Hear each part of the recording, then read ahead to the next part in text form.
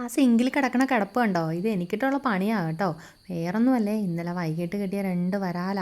ഒന്നൊരു വരാലും ഒരു ചെറുമീനുമാണേ.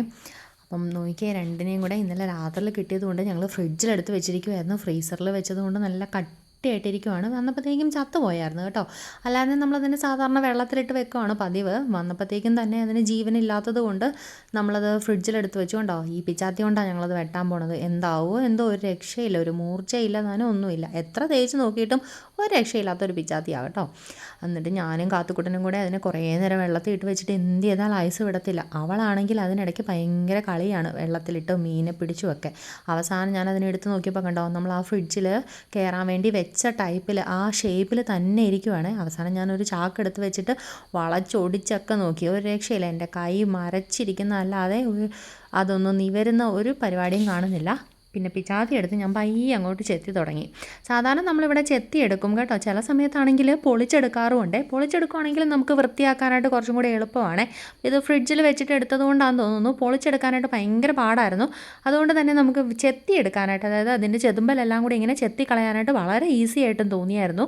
അതുകൊണ്ട് ഞാൻ അതിൻ്റെ ചെതുമ്പലെല്ലാം പയ്യെ ചെത്തി കളഞ്ഞ് മുള്ളൊക്കെ കത്രിക ഉപയോഗിച്ച് ബാക്കിയെല്ലാം ചെയ്തു. അപ്പം ചാക്കിൽ വിരിച്ചിട്ടിരിക്കുന്നത് കൊണ്ട് നമുക്ക് ചെയ്യാനായിട്ട് വളരെ എളുപ്പമായിരുന്നു. ഇതിനിടയ്ക്ക് കാത്തുകൂട്ടനാണെങ്കിൽ ഭയങ്കര ബഹളമായിരുന്നു. അവൾക്ക് മീനിനെ കൈ വേണം പിടിക്കണം എന്നൊക്കെ പറഞ്ഞുകൊണ്ട് പിന്നെ ഒരു രീതിയിൽ ഞാൻ അവളെ മാറ്റിയ ശേഷം ബാക്കിയെല്ലാം ചെത്തിയെടുത്തത് കണ്ടോ.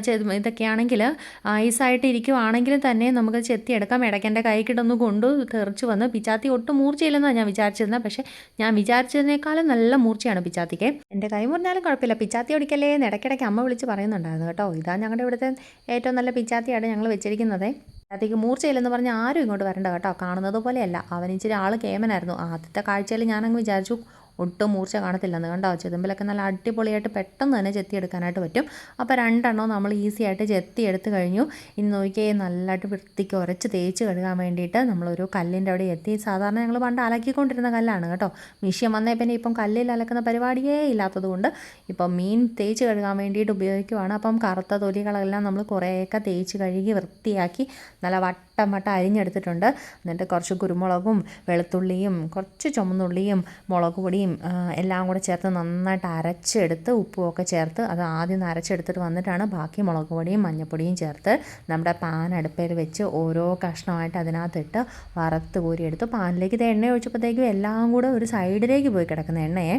അപ്പം ഞാൻ ഒട്ടും കുറച്ചില്ല, എല്ലാ മീനിനെയും സൈഡിലേക്ക് തട്ടിയിട്ടിട്ട് മാറ്റി. എന്നിട്ട് ഞങ്ങൾ കുറച്ച് ചൂട് ചോറും കൂർക്ക മെഴുക്ക് പുരട്ടിയായിട്ടൊക്കെ ഞങ്ങളവിടെ എടുത്തു. കണ്ടോ, ഞാനത് കയ്യിലെടുത്തപ്പോഴത്തേക്കും നല്ല ചൂടായതുകൊണ്ട് എൻ്റെ കൈയൊന്നും പൊള്ളിയേ. ഞാനതിൻ്റെ ദശയൊക്കെ ഇങ്ങനെ പൊളിച്ച് നോക്കിയപ്പോഴത്തേക്കും നല്ല സോഫ്റ്റായിട്ട് ഇരിക്കുമായിരുന്നു. കാത്തുക്കുട്ടനപ്പം അതിൻ്റെ മുള്ളൊക്കെ മാറ്റിയിട്ട് ഞാൻ കൊടുത്തു. അപ്പം നിങ്ങളും വേഗം പോയി ചോറെടുത്തുകൊണ്ട് വന്നോളൂ, ഞങ്ങളൊരു കഷ്ണം തരാം കേട്ടോ.